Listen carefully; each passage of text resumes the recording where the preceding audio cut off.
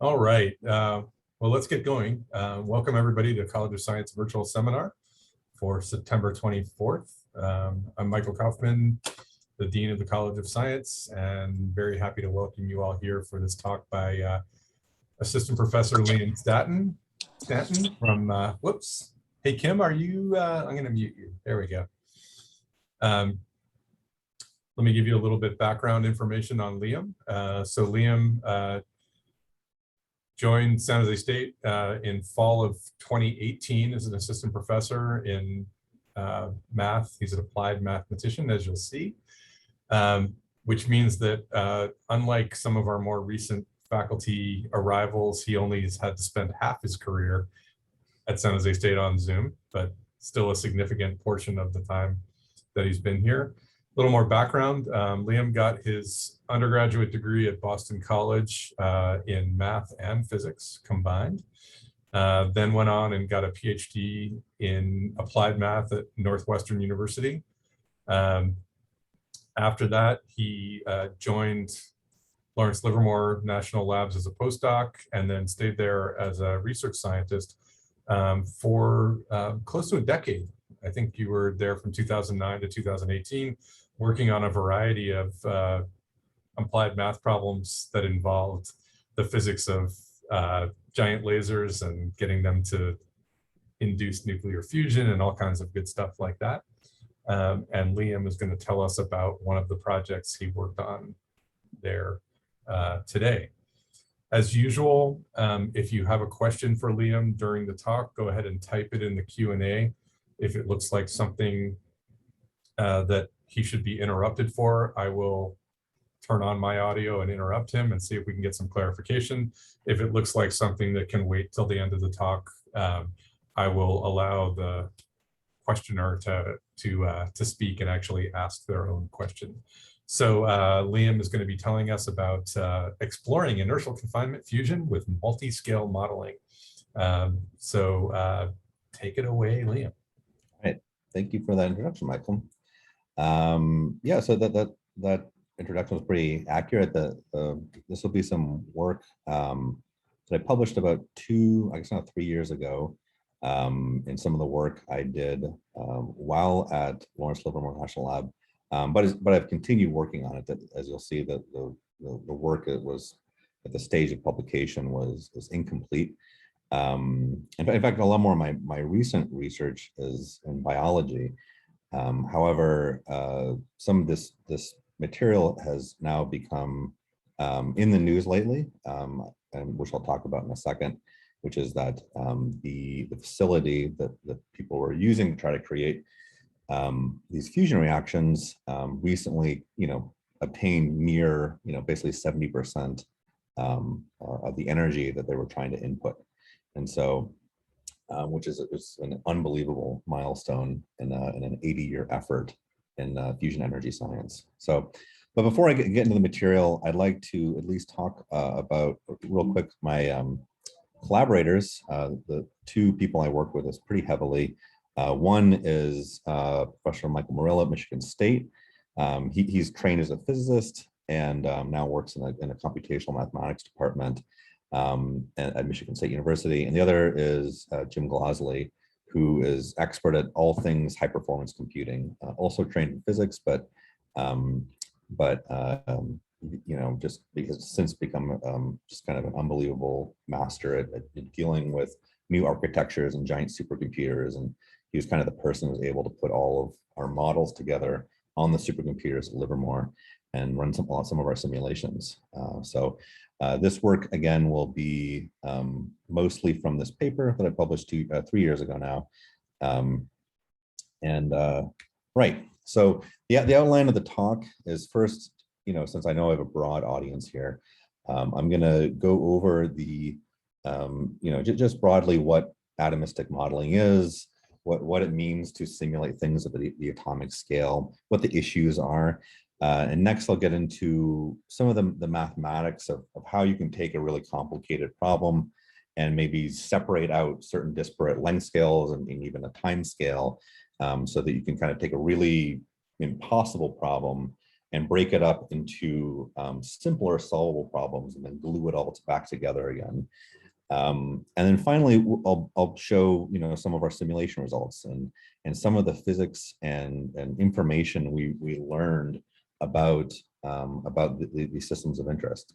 So the title includes the word fusion energy. I don't expect most people to know a lot about it, but probably most people have at least heard of it.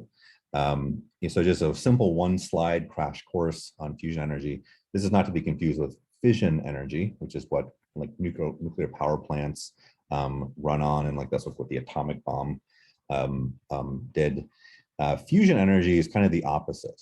Rather than taking heavy isotopes like uranium and plutonium and breaking them apart, it's the opposite, where you're taking really light atoms like hydrogen and helium and squishing them together. And when you fuse them together, energy actually comes out. So all elements lighter than iron, when you fuse them, you gain energy, whereas elements heavier than iron, it's when you fission them apart, you gain energy. As a proof of principle, we know that fusion energy is a thing that works because it's what powers the sun and all the stars in the universe and many other things. And so it's a very attractive source of energy for us here on Earth, and it's something that we have always been hoping to harness ever since basically the discovery of the neutron. So theoretically, harnessing fusion energy could basically provide limitless source of clean-ish energy. And that is, let's see, there's a question here. Okay. I'll just keep going, and maybe Michael can handle the other questions. And so basically, if we had, when I say limitless, I mean in the sense that as long as maybe the Earth is going to be around. And when I say cleanish, I just mean that there are certain flavors of fusion energy that are less clean than others, but all of them are much cleaner than anything compared to, say, coal power, or oil power, or even kind of traditional nuclear power. And for that reason, it's kind of considered the kind of the holy grail in energy production. It also circumvents, one of the main challenges with nuclear power, and this is something that comes up in the news, is that it's often unclear if a country is building a uranium refining facility, and it's unclear if they're doing that for nuclear power or nuclear weapons. And so fusion energy kind of avoids all of those issues, and is nice from a political point of view as well. Now, how does the sun squish atoms together? Well, the sun squishes atoms together. And again, trying to visualize this is like trying to push two magnets together. The closer they get, the harder it is to push together, and then they might slip apart. And it's the way we would like to do that is not through gravity, because we don't want to have sun's gravity here on Earth. Rather, the main two approaches we've attempted are either in the form of really big magnets or really big lasers. And so one idea is to basically confine all of these atoms that we're trying to squish together in a really big magnet. This thing here is called a tokamak. For those of you familiar with ITER, ITER, that's probably the largest experimental magnetically confined fusion facility in the world, over in Europe. And the other way is to try to basically shoot lasers effectively all around some sort of target, or an equivalent version of that, to try to compress something down. And so you're compressing it, and that force, or the inertia that you're squishing this thing down, is called inertial confined fusion. And so this latter approach will be the subject of my talk. You can see an example here, actually, that the lasers in this particular experiment are not actually hitting this target here. That's the thing you want to squish down and compress together to make all of the hydrogen inside fuse together. Rather, the lasers are actually hitting the walls surrounding it. This cylinder here that encapsulates that target is made of gold. It's called the Hallraum. It's a German word for, I actually forget what it means. What it causes all the X-rays, or X-rays to kind of emit off of the surface of the ablator, and the X-rays themselves create pressure to squish this thing down. So Where do you find the largest laser facility in the entire world? Well, it's actually pretty close to here. It's about 35 miles away over in Lawrence, or over at the Lawrence Livermore National Lab. This is the National Ignition Facility. It's about the size of 3 football fields. There are roughly 200 lasers. If you can see here, all of these little like red lines, these are all laser bays, where, you know, massive lasers are all just bounced around and bounced off of mirrors and continually focused and focused and focused. And every single one of these 192 lasers converges down to this chamber all of the way at the end of the facility. If you were to look at the chamber from the outside, here it is. All of these big kind of like rectangular prism structures are laser, you know, where the lasers come into it. I got this image from a Star Trek movie because unbeknownst to me, while I was working there, they filmed one of the Star Treks, and they wanted to have a laser facility, or sorry, a fusion engine in their you know, in the movie. And rather than Paramount building some just arbitrary set, they just took a visit. I don't know how they got in there, because you need a security clearance to get in here. Obviously, they work out something with the Department of Energy. What's interesting is that they didn't tell any of the employees. And so basically, I found this out by watching the movie myself. Now, if you go inside of this chamber, you can see all of the lasers. At this point, they've all been converted into ultraviolet light. They're all converging into that central point. And then that little target that I showed on the previous slide is about that big. So this facility, the size of 3 football fields, is all about basically taking this thing the size of a BB, and what it's made of is typically plastic on the outside, and then on the inside are just hydrogen isotopes, so just different flavors of hydrogen. And that's the thing that they're trying to you know, compress. Now, it's called the National Ignition Facility because the word ignition in the world of fusion means kind of the same thing it does with normal combustion. The idea is once you've ignited something, there is a reaction, a self-sustaining reaction, where more energy is going out than is being put in. And you know, a recent breakthrough about a month ago is that this facility got pretty close. They basically got 70% of the energy out that was put in. Again, this is an effort that's been going on internationally for 80 years. And so it's the closest we ever gotten, and by a huge amount. You know, the previous attempts were things like 1% or 0.0001%. And so 70% is, you're getting pretty close to the finish line at that point. But when NIF was turned on in 2010, I think, maybe 2009, it basically didn't work. Well, it's not that it didn't work. It did, you know, all the lasers flew through the whole thing, and, you know, did all the things that it was supposed to do. But what didn't work, what didn't match were the theoretical models, basically the hydrodynamic models that people had built to try to basically predict what this experimental facility would do prior to construction. And so prior to building this multi-billion-dollar facility, you know, there were also lots of codes, you know, radiation hydrodynamics codes that would predicted what this thing would do. And they used those simulations as guidance to build this facility. And the results were way off from what was predicted in the hydrodynamic codes. And this is, you know, pretty embarrassing for the people in charge. And also it really called into question the fidelity of all of the mathematical models and our understanding of how these hot, dense plasmas compress. So one of the key things is in the pathway of compressing the material and trying to get to a stage where things are, a self-sustaining reaction is going. It appeared as if a lot of the initial behavior, which kind of led to the final state, not producing these self-sustaining fusion reactions, weren't happening.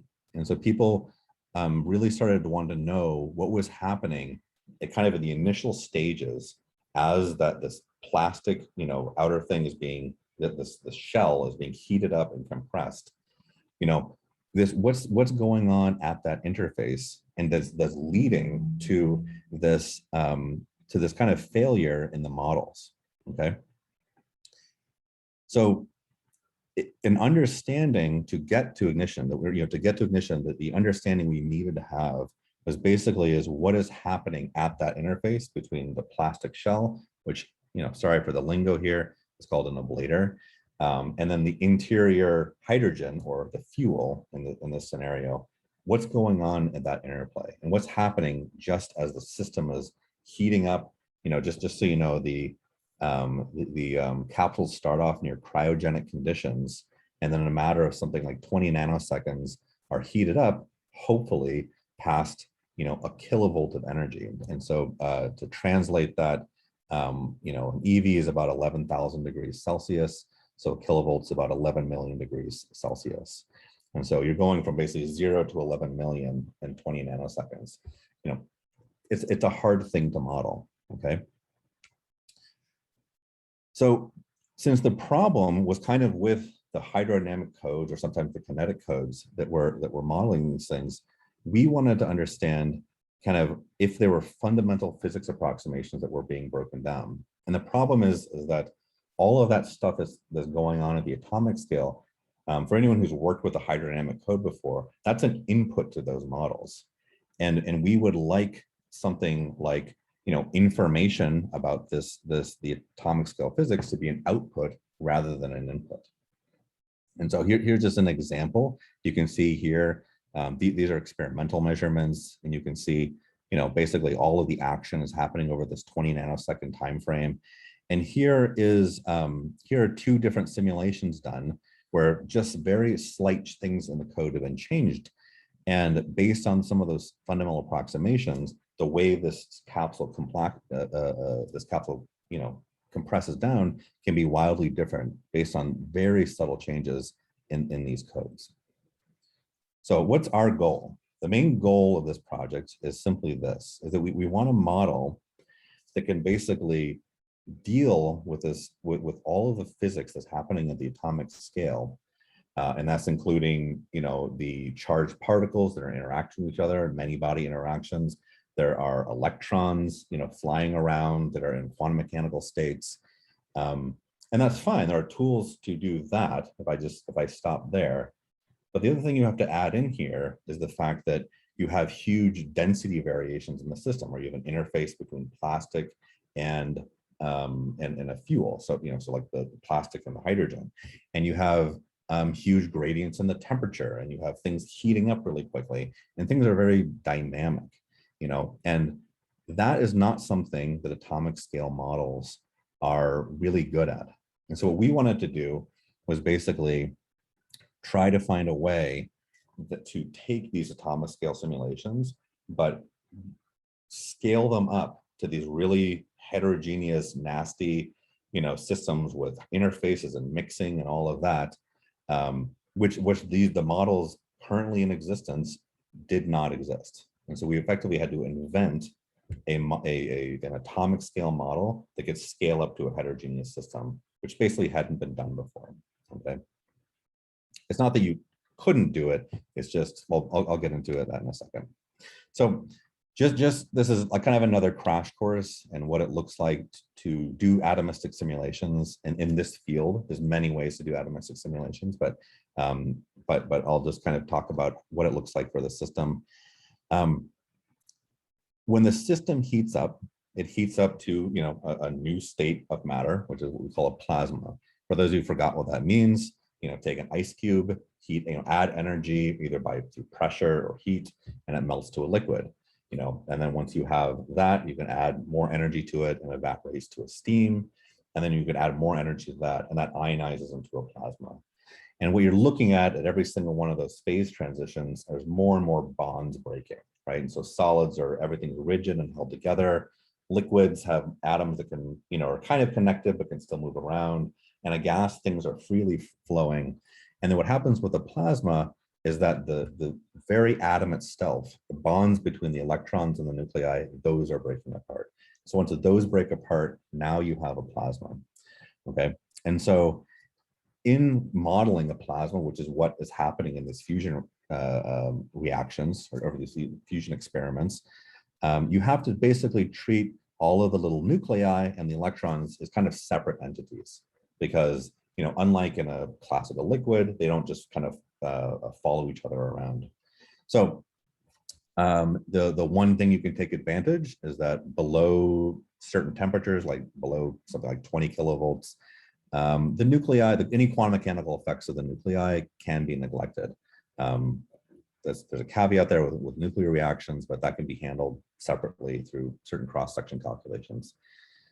You're not as lucky with the electrons, and because of their much lower mass, basically the quantum mechanical effects of electrons by having a larger de Broglie wavelength are far more present, and you can't ignore them. So what do you do? To evolve and figure out how this material is going to move around, what you do is you write down a position for every single possible nucleus, okay? And then because these atoms are behaving, you know, classically, and as I say, you ignore their quantum mechanical effects, you can basically write down you can just write down F equals ma for every single atom. You figure out the force on every single nucleus, and then you can kind of write down ODEs for every single one of them. And of course, you can't solve this by hand, but that's what supercomputers are for, okay? Next, you might want to ask yourself, okay, what's this right-hand side of this equation? Well, this is an electric field. And because basically in this particular system, we can ignore magnetic fields. All of these forces can be calculated through electrostatic interactions. You know, electrostatic interactions are kind of what keep all of us together. You know what I mean? It's like, that's what keeps this mug from falling apart. You know, that's what holds everything together. It's kind of, you know, after gravity, maybe the most important force for our day-to-day life. I'm sure someone will get mad at me about that. What we have to do is you have to solve this other somewhat more painful PDE to figure out what those electric fields are going to look like. What's nice about a molecular dynamics simulation, and this is for anyone who's watching right now who maybe works in using hydrodynamic equations or kinetic equations, a lot of care has to be put into other types of models and maintaining fundamental conservation laws. You know, you'd like to have all the particles conserved and momentum conserved and energy conserved. And any molecular dynamics simulation, which is what I'm describing here, basically knocks those out of the park. And so they're desirable from that point of view. You know, all electric fields are done in a self-consistent way through this calculation. And so you don't have to worry about, you know, breakdown of mean field theories and things like that. And you also don't have to approximate anything with interactions. Every particle is effectively interacting with every other particle in the entire system. So, you know, at least from this point of view, these are the pros of such a method. They're very attractive. There are, of course, skeletons that you're sweeping under the rug with these models as well, as there is with any mathematical model. But if these are the types of quantities you care about, you know, molecular dynamics can be really useful for simulating material.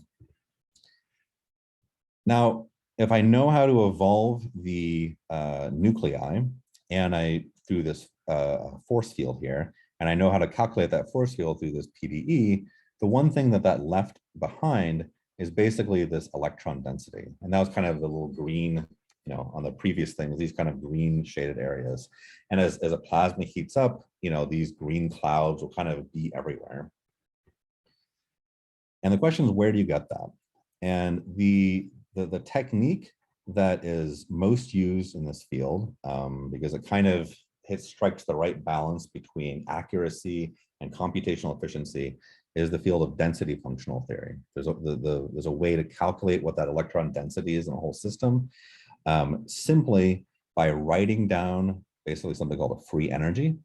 And what that free energy is, you know, in layman's terms, is just how much useful work can be obtained from a system. And then what the electrons tend to do, again, due to disparate mass ratios, is they try to minimize this functional. And so it's kind of like trying to minimize the energy. So you can just imagine like a ball in a well, you know, and as long as there's kind of enough friction around there, the ball will eventually, you know, find itself at the bottom of this well. by minimizing its energy. And that's what the electron density is trying to do here.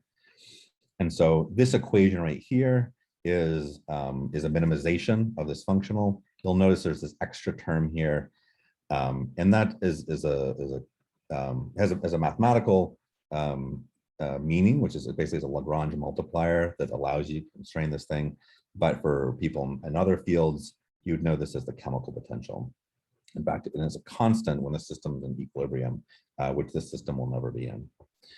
So here are some ugly details. That's just what the math looks like. I wanted to throw them in there, but it's not important because the purpose of this model isn't what you stick in all of this stuff here. Here I'm using something called an orbital free density functional theory. There's other flavors of density functional theory like Kohn-Sham density functional theory. That's actually the much more popular one, but the ugly details don't really matter. What's most important here is that you can kind of include the relevant quantum mechanical effects in an important way. The types of free energies that I use we know to be accurate as systems get denser and hotter, and that's great because that's exactly what we're doing here. And when I mention those other types of methods, the orbital free flavor, again, that's basically all of this mess right here. As ugly as that is, it happens to be a lot more easy to work with than the more common methods. Okay, so what's the big deal? I mean, everything's great. I listed all these amazing things. Like, where's the rub? What's the problem here? And the problem basically comes down to solving these two PDEs. I probably didn't realize it, but this is there's a very compact way of writing a very nasty PDE. And even though this one's not compact, it's also kind of nasty to solve. There's delta functions in there. And for anyone who was getting bugged by this, these equations are written in atomic units. So if you were expecting an E right here, like the fundamental charge, it was set to 1, as part of me is still a mathematician who likes to set things to 1. So sorry if I was bugging any of the physics people. Well, you got these two PDEs here, and basically they present the main bottleneck of these types of codes because they're just very challenging to solve. And why are they challenging to solve? So imagine here's a system, and you have just some three-dimensional system. It's filled with a bunch of nuclei, and you've got this soup of electrons everywhere, and you're trying to solve this system. You can kind of see that the solutions are not very smooth. And computers don't like that. And so kind of what I've shown here is a system where you have like, maybe carbon type nuclei on one side and hydrogen type nuclei on the other. The point here being that carbon, because it's higher up on the periodic table, it has higher nuclear charge and more electrons want to be near it. So that's why you can see higher densities of electrons over here. In fact, I haven't shown any of the nuclei, but you can kind of see them. You'll see them in the sense that you can see these little red dots are little places where a lot of electrons have clumped together. And what this means is that if you look at this simulation here, you can see that there are a lot of different length scales going on. Okay, and so you have to, if you zoom in here, you have to really resolve some little shape in there. But also you want to have a large enough system where you can maybe capture this density gradient that you're seeing here. Okay. Again, this is a 3D simulation, and I just took a 2D slice through it. Okay, and it's just one snapshot at a given time. The other challenge, which I've written right here, is that once you perform this calculation, you use all of this information and plug that into the ODEs for the nuclei or the ions, and you basically move them all one position, and now you have to redo the calculation all over again.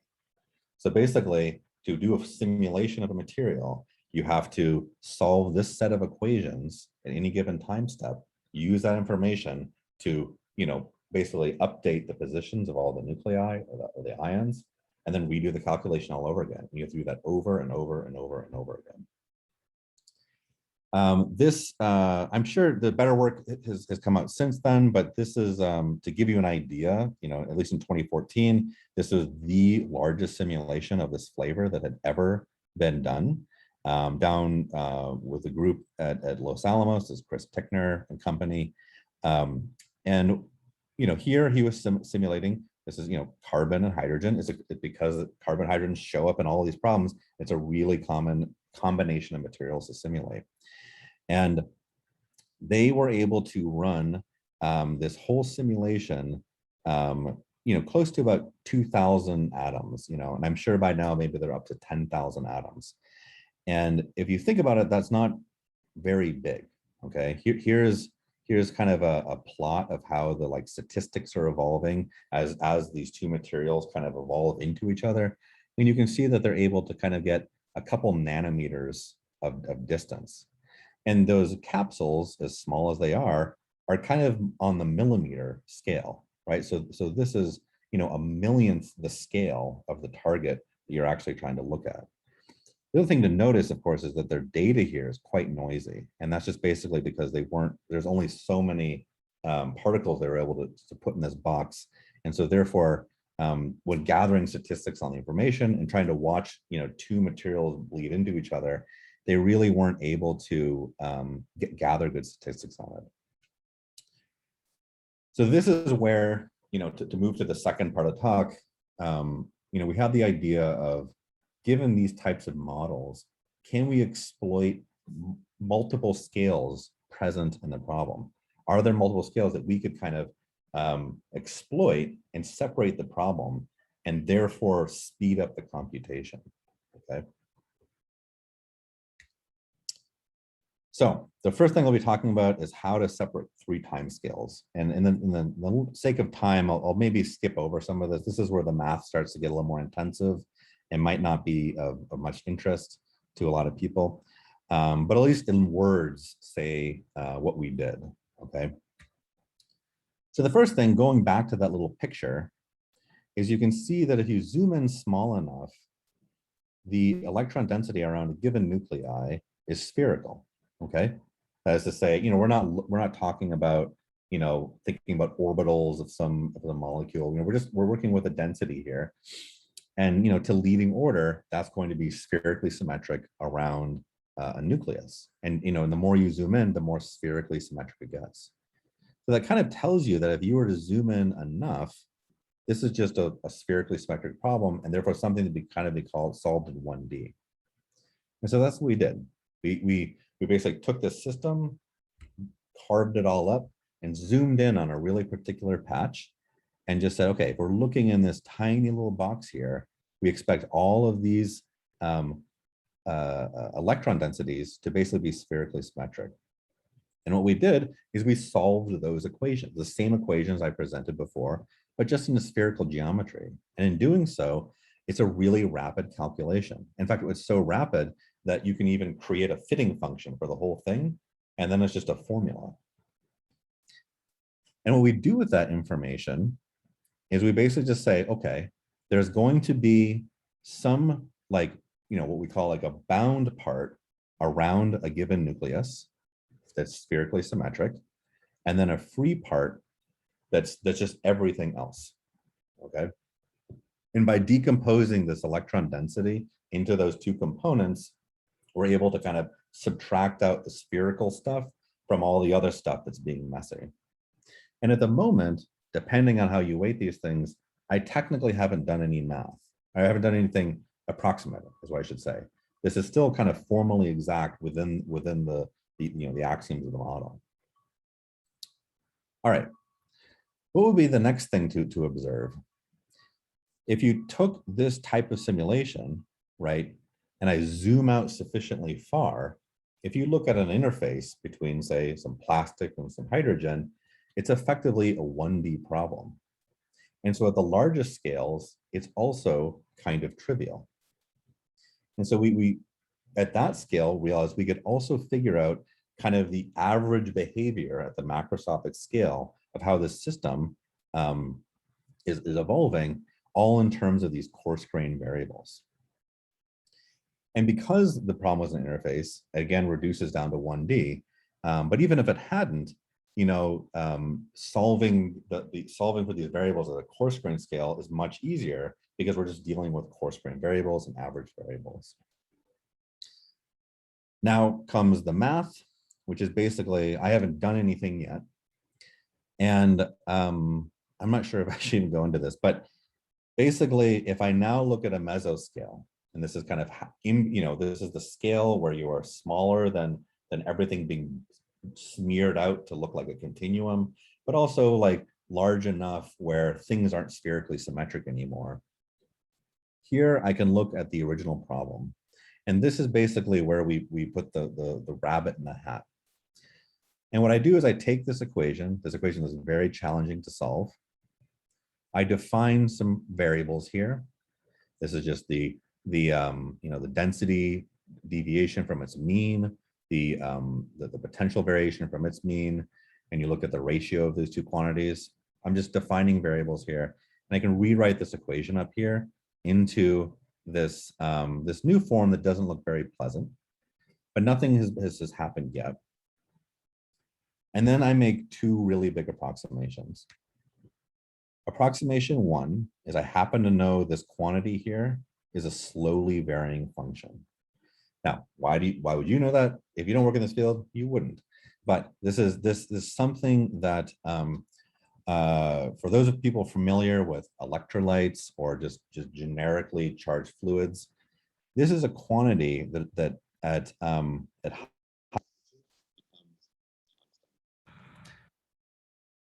I get some messages. Okay. And that constant is basically 1 over the square of the Debye-Huckel length, the screening length. So if people have heard of like, the Debye-Huckel length before, or the Thomas Fermi screening length, or screening lengths in general, you're basically looking at 1 over that squared. And so you've seen this thing before in other contexts be a constant. And so there's a function we happen to know is slowly varying. The other trick we pull is that we observe the fact that these bound electrons are so compact to a rounded nucleus that we're basically just going to approximate them as point particles. We're just basically going to say that they don't have any spatial width, and you just squish them down to the nucleus. And then that's it. Those are the only two approximations in the model. So now that you have put these two approximations there, the new equations to solve are linear. You have just delta functions on the right side, blah, blah, blah. I'm not sure how much that would resonate with a lot of people here, but the point is that the PDEs you have to solve become drastically simpler. And now you can use theories from perturbation theory and asymptotic analysis to basically exploit the fact that you have a linear problem with a slowly varying coefficient in your problem. I'm going to skip over a lot of this math, but the one of the takeaways is that it starts predicting things that you wouldn't normally see in a molecular dynamics simulation. For systems like this, all interactions between particles are always considered spherically symmetric. So that is to say that if it only depends on the distance. So if you have two atoms interacting like this, and you rotate it like this, the interaction is the same. They only care about the distance. And I'd say the vast majority of potentials out there, except in certain chemical and biological applications, are of this form. Particularly in an area like plasma physics, they would always be of this form. But now what you've done is you've added in knowledge. The system now has knowledge of this macroscopic variations in the system. And the mathematical result of that is it basically introduces asymmetries to all of the potentials. The potentials suddenly know if they're at an interface. If if an atom is sitting where there's where heavy material and a light material, it's aware of that density gradient, mathematically speaking, through these effective potentials. And so that's kind of a nice feature that you should expect to happen in in these problems. So even though things are still in terms of these pairwise interactions, there's many body physics built into them in an effective way. Now, I'm going to skip over that. Here is just basically the gist then of what we do. You could start, say here, maybe it's C, like I did kind of in the talk, where you separate the free and bound states using those same equations. That tells you how many free electrons are in the system. Then you can zoom all the way out to the largest scale and solve, coarse grained variables that are smooth and know about heterogeneities in the system. And then you can take those quantities and take the way you've separated bound and free states and put them all together at this mesoscale where we've exploited all of these disparate quantities. The other thing is that there's technically maybe multiple timescales going on. A system that's heating up rapidly. Everything I've said up to this point kind of assumes that electrons are just instantaneously adjusting themselves to some minimum, and in reality, that's not going to happen. And so I'll just say this part in words, but what we wanted to do was basically add in an additional timescale associated with electrons that are being excited. You have a system that's rapidly heating up, and you want some way for there to be an additional timescales associated with those electrons, because without it, there wouldn't be any sort of energy transfer between the two species. And so we did this with something called a Langevin model. If you're not familiar with that, it's equivalent to just incorporating missing degrees of freedom by adding small fluctuations and drag terms into your force models to capture those missing degrees of freedom.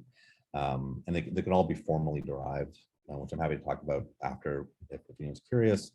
And these aren't free parameters. You can basically choose the statistics of these fluctuations to be consistent with the physics of the model. Okay, enough math for now.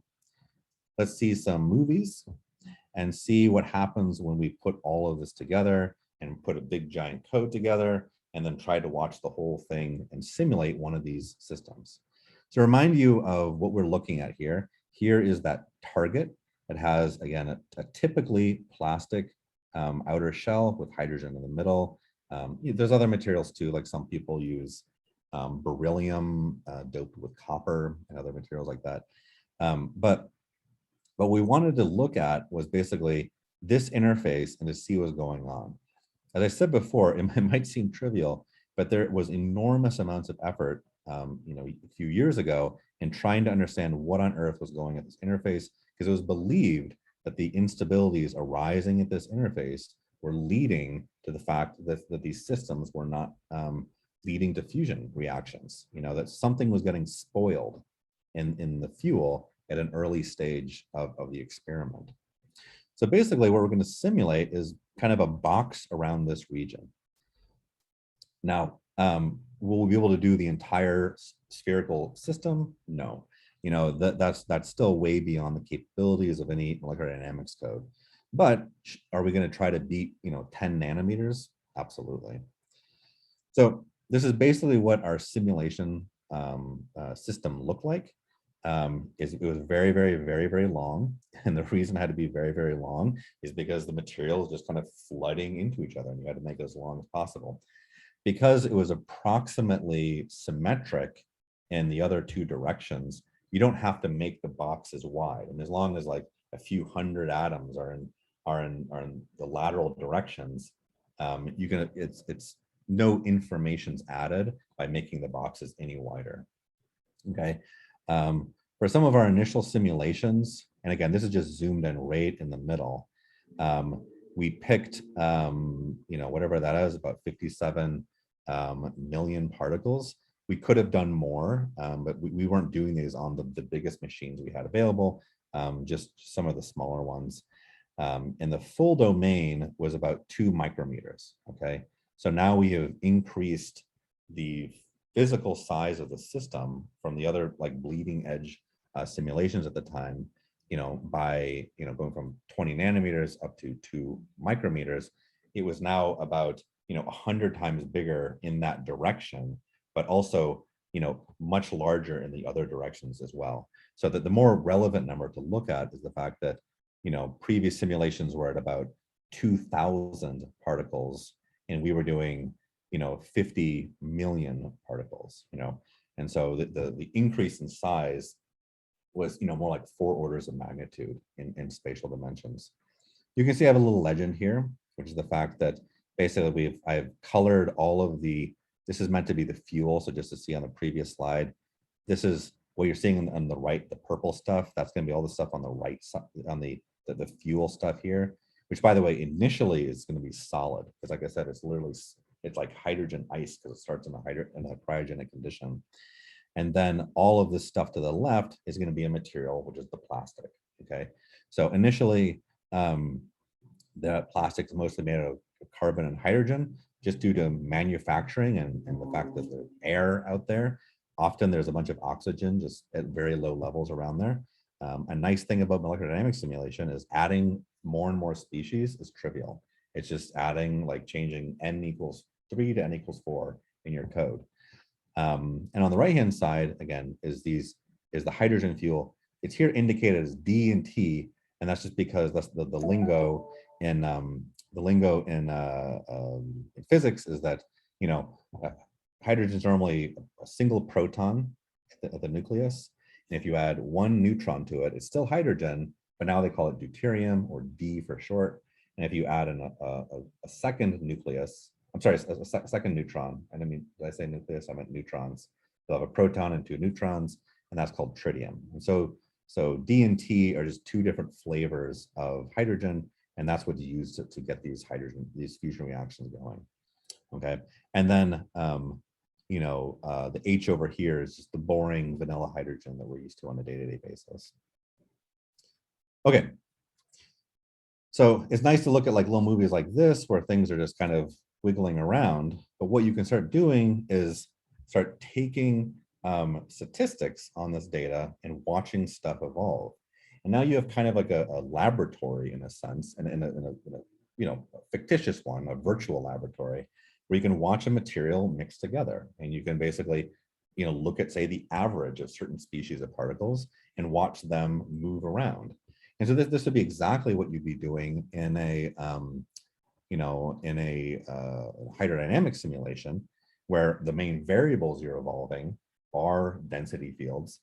But here what's going on is like those density fields are now outputs of these molecular dynamics codes, which again is basically unheard of in the world of MD, just because of the scales you have to reach and all the problems heterogeneous systems lead to. One of the questions at the time that was relevant to this was how important is, how quickly do you need to ramp up the temperature in your model? Is it fair to just assume that a temperature of a system goes from 0 to 1,000,000 degrees instantaneously?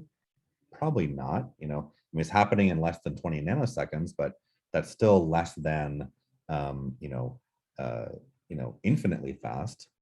And so we ran a few simulations, and just to answer those questions and looking at density profiles. So again, what you're looking at here, they're a little wiggly, but these are, you're watching literal density fields evolve as 2 materials are bleeding into each other. And again, I've zoomed in a bit, but the full simulation is 2 microns large. The other thing I didn't mention is that and that's on the previous slide, we're able to run out to about 10 picoseconds. And in the other state-of-the-art simulations, due to the computational overhead of the system, usually we're closer to 10 femtoseconds. So for people who aren't familiar with those prefixes, this is a picosecond is 10 to the minus 12 seconds, and a femtosecond is 10 to the minus 15 seconds. So we're basically able to run out 1,000 times longer in time. Granted, we'd like to run out an even factor of 1,000 further to get to the full nanosecond scale of the real simulation, but there's challenges associated with that.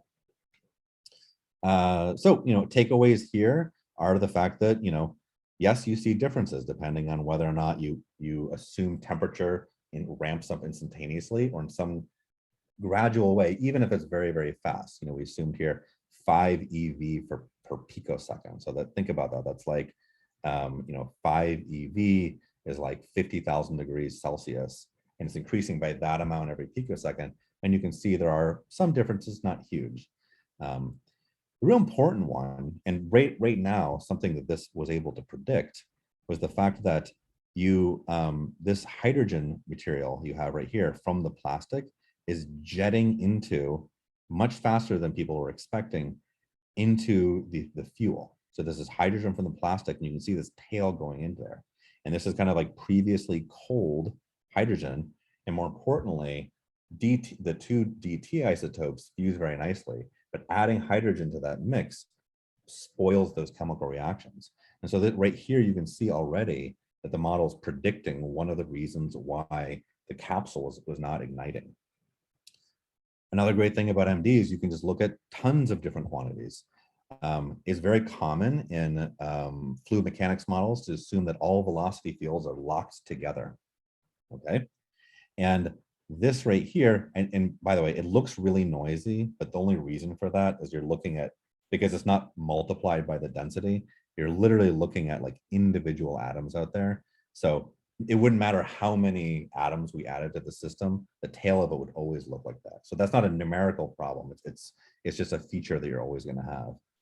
But the takeaway here is that you can see that, you know, all 5 species lock in 3 separate velocity fields.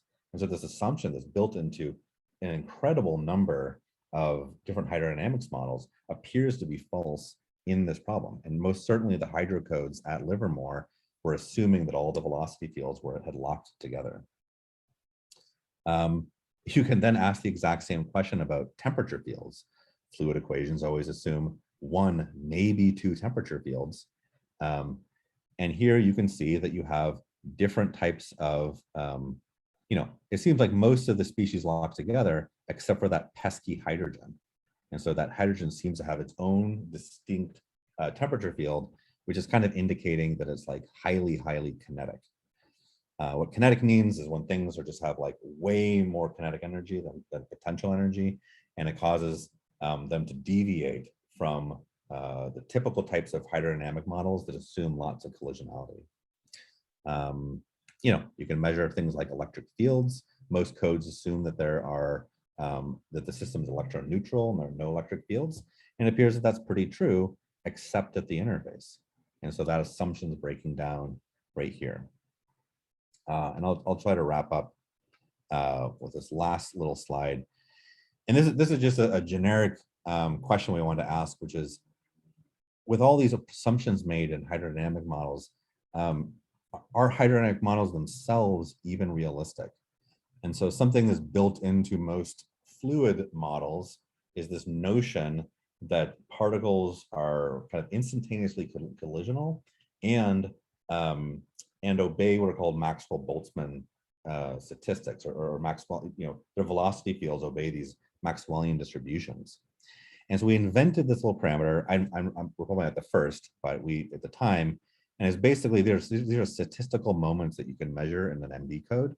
And if your system can be well approximated by a hydrocode or hydro model, then this quantity should be 1 for any value k. Okay, so basically the thing you should know is that the takeaway is that it doesn't matter what the value k is. If you calculate this thing from an MD code, it should be 1. And so basically, what you can see here, we just plotted for the hydrogen because that seemed to be the troublemaker material in these simulations, that it is basically 1 when it's kind of on its plastic side, but you can see this systematic decline in this quantity as it gets into the fuel. And so it might be that you shouldn't even use any hydro model at all for the hydrogen from the plastic, in which case you need to develop something else like a kinetic equation. Okay, I think I'm over on my time. So basically the short of this is that, you know, we kind of developed a new computational capability. It's still in use. This is ongoing research. We're presenting about it at the next conference. And what's really kind of cool about it is that by using and exploiting these disparate length scales and time scales, we were able to basically run simulations, you know, 100,000 times larger and 1,000 times longer than the approaches at the time. So that's a factor of, you know, 100 million improvement just by exploiting multi-scale features. But like anything, it allows us to, we have a lot more to do, but at least poke some holes with the teams of hydro people who are trying to figure out what was going on. So with that, sorry for going a little long, and thank you for your attention. Thanks, Liam. Cool talk. I'm going to do the usual and ask the first question. Please. So those models show that that the species are getting different velocity fields. Can that explain why the efficiency isn't what you expected in these experiments? Is there something about the locations of the different species that lowers the fusion? Yeah, I mean, and since it for one show that there's like a lot of approximations made when a lot of these equations were written down or even coded up, you know, they were meant for systems that were at lower temperatures. You know, it's like a lot of them were you know, implemented by people like David Livermore, if you know who that is, somewhat famous physicist. Back in the early 90s. And if you think about where the experiments were there at the time, they were achieving energy scales where all of these approximations were completely reasonable. Right. And so, you know, it's not, I mean, Livermore is a brilliant guy. I mean, he's not an idiot. So it's like at the time, he had a problem in mind, and that's what was going into these legacy codes that are now still being used and still being built upon. And those approximations help you with the computational limitations at the time. They do, and then at the time they're just very reasonable. I mean, you can see like, why would you? You know, of course it's electron neutral. You can do this expansion, and basically as we go to higher and higher and hotter temperatures, all of the stuff starts to break down, and things become increasingly kinetic. And what I mean by that is basically that the mean free paths between two particles start getting larger and larger compared to the system size. And so all of this stuff is falling apart. And I think it's, you know, it's probably one of many things that explains who will never know the one thing that that led to its initial, and again, I want to use the word failure, but I say the failure of the codes to approximate, because I mean, the facility worked. There's some miracles they put together. And it was constantly being used. It's not like they just like walked away from it, you know. But the advancements that have gotten to their most recent breakthrough, which did not only get 70% return, but also actually had moments of sustained reactions. They had sustained fusion reactions going on. A lot of that had to do with capsule design, you know, removing defects. You know, I mean, that was just honestly like a decade of effort, round the clock people. I personally did not work for that facility, and I wouldn't have wanted to. I mean, it shaves years off your life. And so, but yeah, I think it's that the models weren't working. You know, a lot of those people will like never trust a mathematical model again. So, but yeah, I think I bet the hydrogen jetting could have been it. And I think, and like defects in the capsule could have been it. Thanks. Yeah. All right, we have a bunch of questions. I'm going to actually let Tommy Chen ask the first question. He's got his hand up. So hey. Tommy, are you there? Hey, Tommy. Hi, can you hear me? Yep. Okay. Well, amazing talk. I really miss being in your class now that I've heard your talk. Hopefully I can be in your class next semester or something. Yep, I think I'm taking a nice physics class next semester. Well, I was wondering about the math behind it, and I was wondering if the philosophy of the method, whether if it's like setting up initial conditions and then evolving it over time, or is it maximizing or minimizing a parameter, something like entropy or something like that? Yeah, so that you're you know, and this is a classic technique in this field, is you do treat the two, you know, nuclei or ions are always in one bucket and electrons the other, because they act so differently that you kind of are allowed to separate them and bring them together. And so the main assumption that's usually made with these models is something called the Born-Oppenheimer approximation, that basically in effect is allowing you to ignore the dynamics of the electrons and assume that they are kind of finding this energy minimum, which in the context of an energy functional, it's not like finding the minimum of a function. You're finding a function that minimizes a functional. And so like the mathematics is a bit more complicated. But even that, of course, breaks down. And that's why we added in these dynamic effects, which was also novel at the time. And so when this kind of, someone called it a bazooka to kill a fly, when we unveiled this thing to people, it just had every bell and whistle on there, and it still needs a lot of improvement. But you know, in a sense, the I don't know if this answers your question. The initial value problem of it is really with the ions, and then kind of the electrons just track them. Is that what you're asking? Sort of like it's everything in there. Yeah, you're just trying to literally simulate a material. And a lot of times molecular dynamics, it really isn't a simulation tool. It's really a statistics tool. People use it to gather statistics on a homogeneous system. And sometimes I call that like a 0D problem. Because it's just homogeneous, and all I want to know is, I don't know, if the temperature is this, what's the pressure, and I can get an equation of state or something like that. But we were trying to kind of change the narrative and basically use this thing that's normally used for homogeneous equilibrium systems and turn it into a tool for heterogeneous non-equilibrium systems. But that just involved, the math behind all of that and the failures that were involved probably took close to my entire time working there, and so they're looking at maybe about 5 or 6 years of effort. Okay, thank you. Yeah, no problem. All right. The next person who's asked a question and is still here is Dan Brinkman. So Dan, go ahead. You should be able to talk. Nice picture, Dan. As a reasonable question to ask you in public is about the laser heating rates. Is that the lasers themselves warming up, or is that just a linear model for the absorption of the radiation into the ensemble? That's the system being flooded by X-rays, and so it's actually not. This is what was sometimes called indirect, like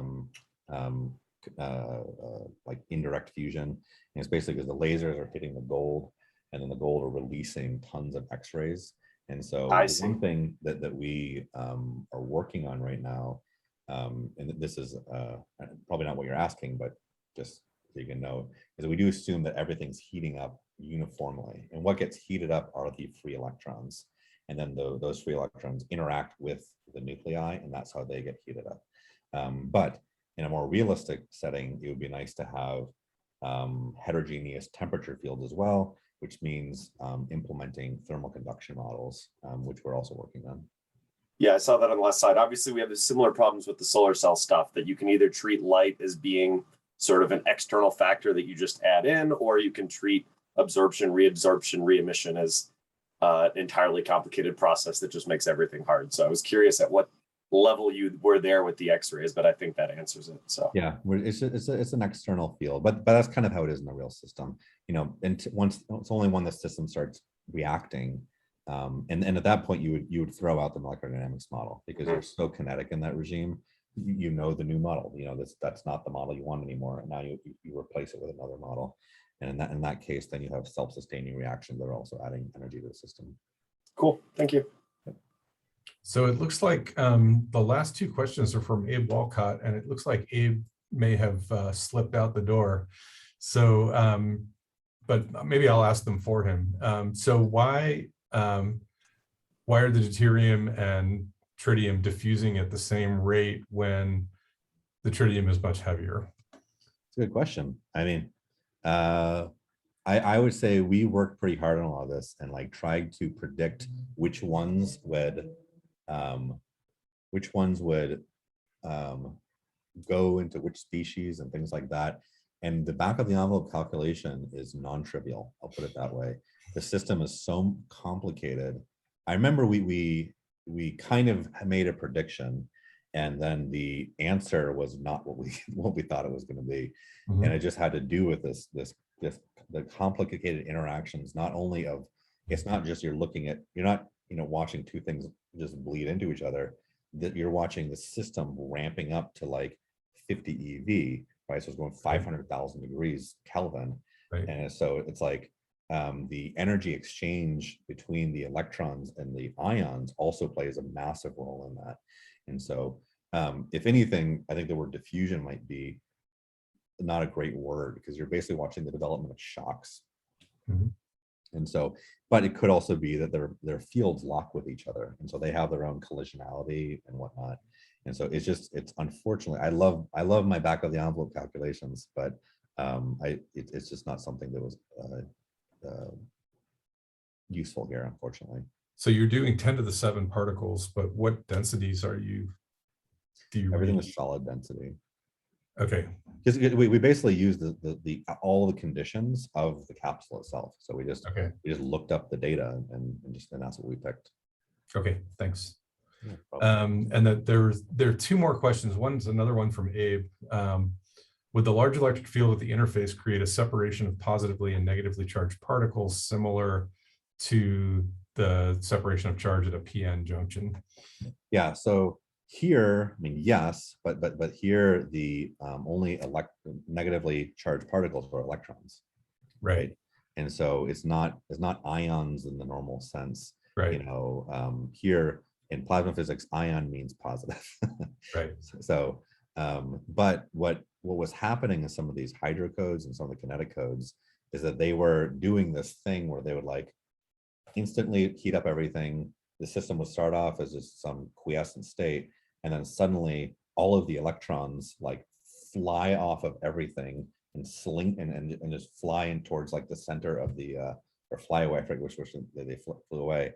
And then suddenly you just had a system of bare charges, and then they're just like, oh my God, like, you know, and then they've like got slingshot, and that caused another thing. And so they're seeing these really violent simulations. And of course, it just wasn't realistic, you know, because it was neglecting all of these things. And, you know, that Mother Nature doesn't like gradients. And so, you know, when Mother Nature sees an electric field, she tries to squash it. And so, yeah, but yeah, the presence of that, I don't know if you saw the units, but it was like around a gigavolt per meter. Right. And so it's still pretty huge. It's much bigger than people were expecting. Mhm. And then obviously that electron neutrality condition, which I think is often, in my opinion, abused a bit in fluid models and MHD models as well, is not valid if you have an interface. Got it. So the final question is a basic astrophysics question about how elements heavier than iron get made in stars, and I can answer it if you want. Please, yeah. I So can tell you why barn doors are red. yeah, actually, so yeah, the heaviest thing made in the cores of stars is iron, and then when iron cores collapse in core collapse supernovae, the neutrons let off are captured by heavy elements in the envelope, and the neutron capture is what makes things heavier than iron. There's also neutron capture in less massive stars that get made by S process, but basically it's iron that's left over from supernova explosions in the next generation of stars. So anyway, that's not really the subject of your talk, but Oh, I love it. We have cool stuff. supernovae to thank for everything. Yep. All right, well, let's thank Liam for a great talk. And for those of you who are able, I'll be logging off of this and opening up the happy hour in just a couple minutes. Thanks, Liam. Yep, sorry for going over. Thanks. No, not at all. Thanks, everybody. See you next week. Awesome talk.